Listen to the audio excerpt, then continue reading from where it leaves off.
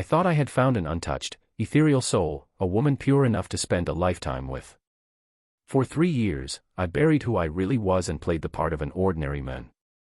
Then, on the night I finally meant to tell her the truth, I heard her think. Not speak, think. And what I heard was contempt so total it stripped every memory of tenderness we'd built. To her, I had never been a man. I had been an ATM with a heartbeat, and she was already plotting to funnel the $600,000 I'd saved for our wedding into the hands of the men she actually loved. This is the story of how I found that out, and what I did next. Chapter 1. I still remember the exact moment I first saw Vivienne Cross. It was 3 years ago, at dusk, when a sudden storm broke over the city. Pedestrians scattered in every direction, swearing at each other over taxis, umbrellas turned inside out by the wind. In the middle of all that chaos, she stood alone beneath the colonnade of the university library, a stack of borrowed architecture books clutched to her chest, her white dress soaked at the hem, her eyes calm in a way that didn't belong to the moment. A homeless man sat nearby, shivering against the wall. While everyone else swept past him without a glance, Vivienne knelt down, took the last piece of bread from her bag, and pressed it into his hands. Just then, the rain broke, and a shaft of dying sunlight slipped through the clouds and settled on her, as if the sky itself had chosen her out of the crowd. I was the sole heir to the Ashworth group, a man who had grown up surrounded by admiration that had nothing to do with me and everything to do with what I owned. I thought I had seen every kind of person the world had to offer. I had never seen anyone like her. So I did something I had never done for anyone, I hid myself. I traded my tailored suits for clothes off a discount rack, engineered a chance meeting, and told her I worked in an office downtown. I moved out of my penthouse and into a cramped one-bedroom apartment on the edge of the city. I stayed out until midnight several nights a week, pretending overtime hours earned me a few $100 extra a month, because I didn't want my name or my money to be the reason she chose me. For 3 years, I handed her my entire paycheck the moment it landed in my account. She always took it with the same practiced reluctance, the same soft sigh, as though money embarrassed her. "I'll hold on to this for us, Julian," she'd say. "I don't need much. As long as we're comfortable, that's enough for me." I believed every word. When her brother Derek needed money to start a business, I gave it without hesitation. When her father needed emergency surgery, I quietly covered the $200,000 bill myself, working through the night on a string of investment deals just to free up the cash. I told myself that a woman who would give a stranger her last piece of bread in the rain was worth every sacrifice I made. Tonight was our 3rd anniversary. In my pocket sat a custom ring, 12 carats, worth more than most people's homes. I had planned to finally tell her who I really was, that the modest man she'd spent 3 years with was the heir to a fortune, and that every hardship she'd endured beside me was about to be repaid 100 times over. I never got the chance to say a word. The restaurant's air conditioning cut through me like ice as her voice reached me, calm and clear on the surface. "Julian, how many times do I have to tell you? I don't like things that reek of money. Trying to buy my affection like this only makes you look small." She hadn't even glanced at the ring box on the table. Her expression was its usual mixture of composure and faint disdain. But underneath that voice, I heard another one, sharp, mocking, unmistakably hers. "What is this garbage? Not even a real brand, probably some $3 knockoff from a street stall. 3 years wasted on this loser and I never got so much as a Hermes bag out of it. If Nathaniel didn't need serious money to get his business off the ground back home, I wouldn't waste another second looking at this pathetic man." I froze, the ring box suddenly heavy in my hand. Was I losing my mind? No, somehow, impossibly, I had started hearing her thoughts. Her lips hadn't moved. Her face hadn't changed. And the name she'd just thought, Nathaniel, I'd heard her mention him before, always in passing, always as her senior from university. Seeing my silence, she softened her tone, the way she always did when she wanted something. "It's not that I'm materialistic, Julian. Derek needs to buy a place soon, and he's still $700,000 short. You have $600,000 saved for our wedding house, lend it to him for now. And take the ring back. I don't need the formality." But underneath, another voice was already counting. "Hand it over already. Nathaniel's waiting for me at the bar tonight, with $600,000, he can get me into the circles that actually matter. As for Julian, once I land someone better, I'll cut him loose without a second thought." I heard every word of it, clean and cold, in the exact same voice she used to whisper reassurances to me in the dark. 3 years. 3 years of handing her every dollar I earned, funding her degree, bankrolling her brother's failed ventures, paying for her father's surgery out of my own pocket, and in her mind, I had never been anything more than a machine that dispensed cash on command. Even the money I'd saved for our future was already spoken for, promised to the men she actually wanted. I almost laughed. In boardrooms, across negotiating tables, I could read an opponent's weakness in a single glance and dismantle it before they knew what had happened. But with Vivienne, I had disarmed myself completely, because I had wanted so badly to believe that something in my life could exist outside of money and leverage. I had grown up surrounded by women who did the math on my net worth before they'd even learned my first name, and I had mistaken her performance of indifference to wealth for something real. Desperation has a way of doing that. It switches off the very instincts that keep you safe. Julian, are you even listening to me?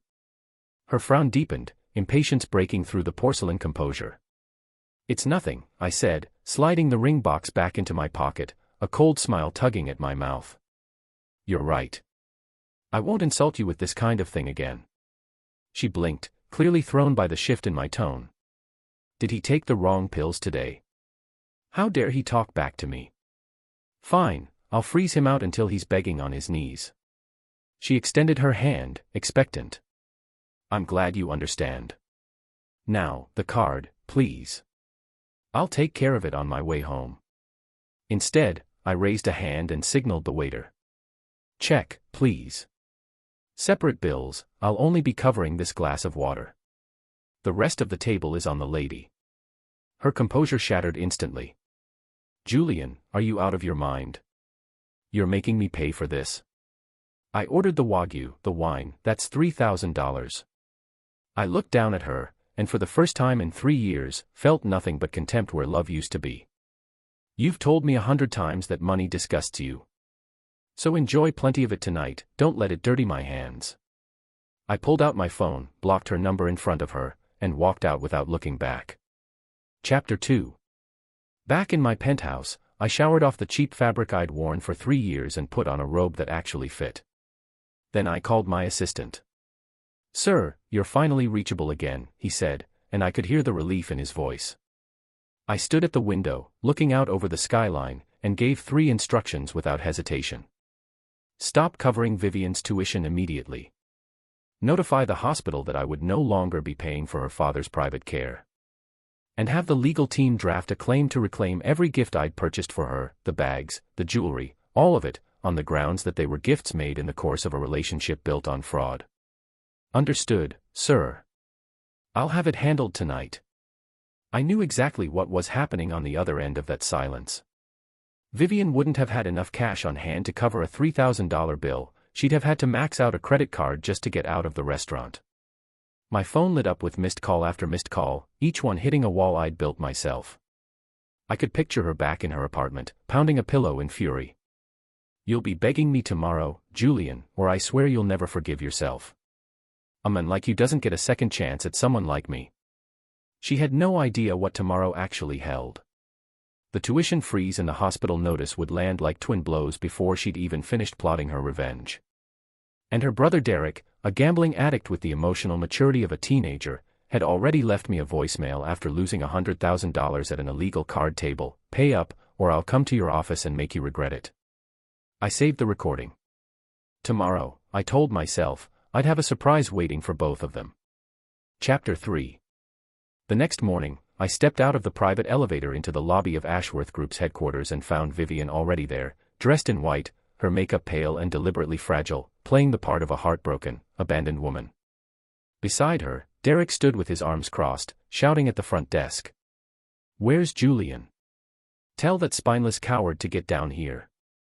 He seduced my sister, strung her along for 3 years, and now that she's pregnant he wants to disappear.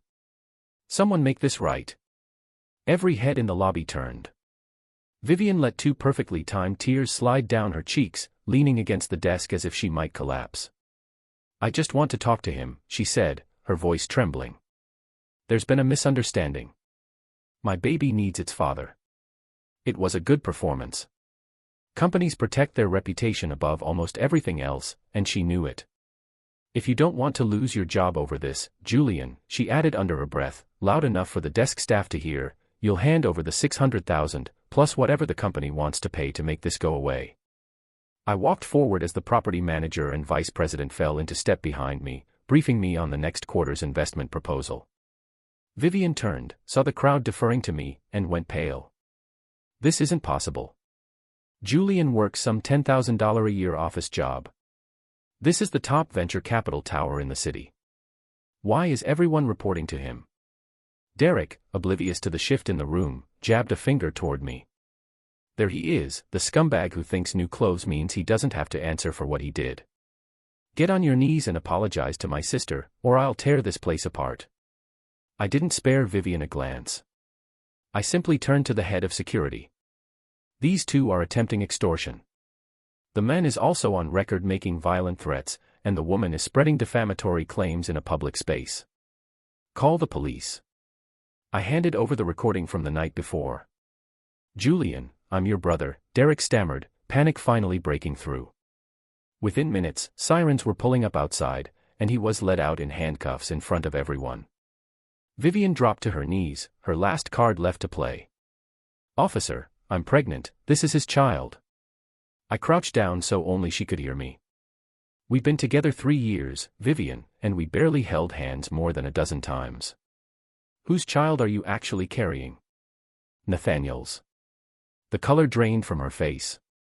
How could he possibly know about the hotel last week? I stood and looked down at her. Your Nathaniel was sued for fraud this morning by an investment firm under my name. He owes $3 million to a loan shark, and from what I hear, the collectors are already looking for him. My guess is he'll sell you to the highest bidder before the week is out. I left her there in the sun, surrounded by security, and walked out to my car without a backward glance. Chapter 4. With nowhere left to turn, Vivienne finally tracked Nathaniel down to a rundown apartment on the outskirts of the city. The senior she remembered, always composed, always smelling faintly of clean linen, was gone. In his place was a man with bloodshot eyes and unwashed hair, hunched over a laptop in a room thick with cigarette smoke and the smell of old takeout. Nathaniel, Julian's gone insane, she said, rushing to him.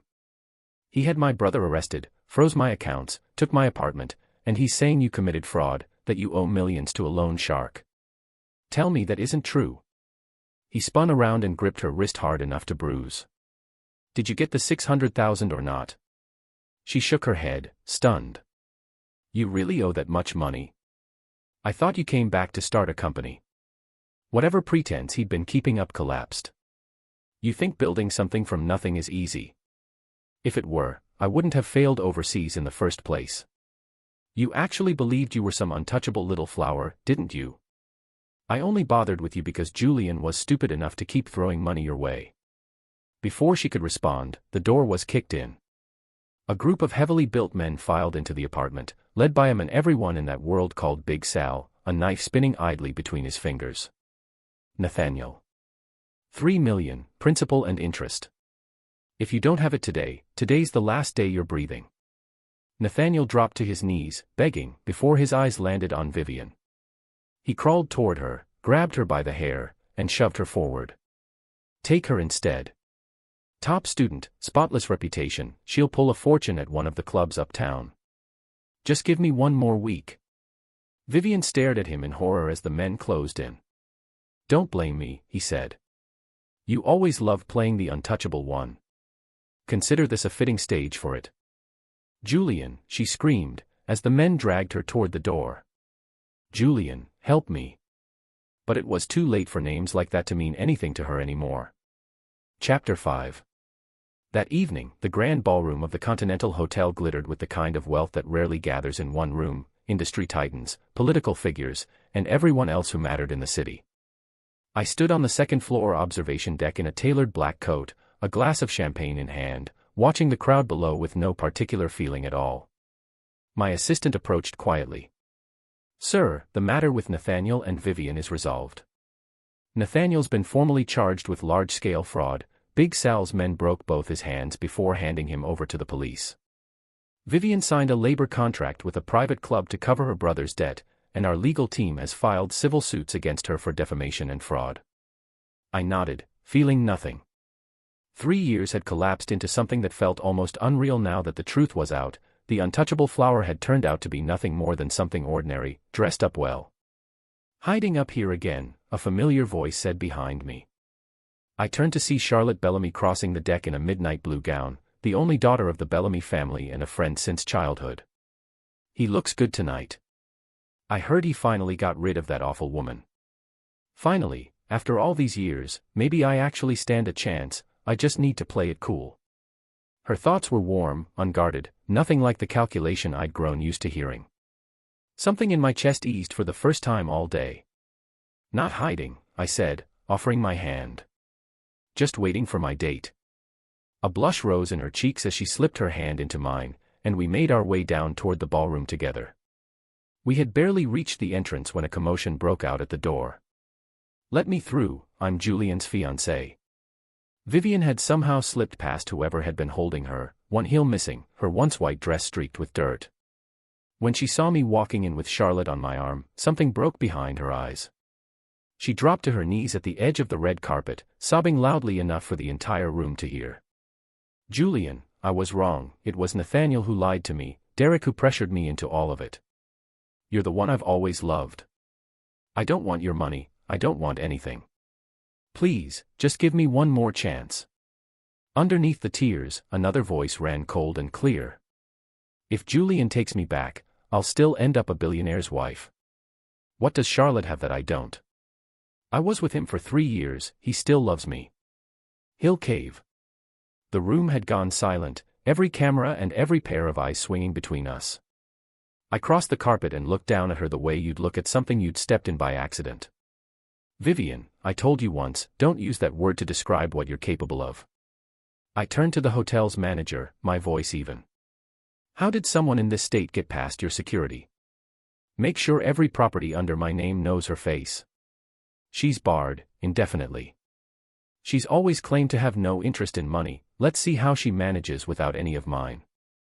"Julian, you can't do this to me." Her scream was cut short as security closed in and pulled her from the room, her voice swallowed by the crowd's murmurs of disgust. I turned, took Charlotte's hand, and walked back into the light and noise of the gala, 3 years of my life finally behind me. Later, in the back seat of the car, leaning against the leather headrest with my eyes closed, I heard the same small chime that had followed me through the entire day, the notification tied to the ability that had shown me the truth in time. Target's fortune has fully collapsed. Objective complete. Mind reading function will deactivate in 10 seconds. 10. 9. 8. I let out a short, humorless laugh as the countdown ran its course. If that ability hadn't woken me up tonight, in front of half the city's elite and 100 cameras, I might have taken her hand without a second thought and called her my wife. Somewhere down the line, I might have spent the rest of my life being quietly devoured by a woman I'd built into someone she never was, and become nothing more than a story other people told at parties, about the fool who never saw it coming.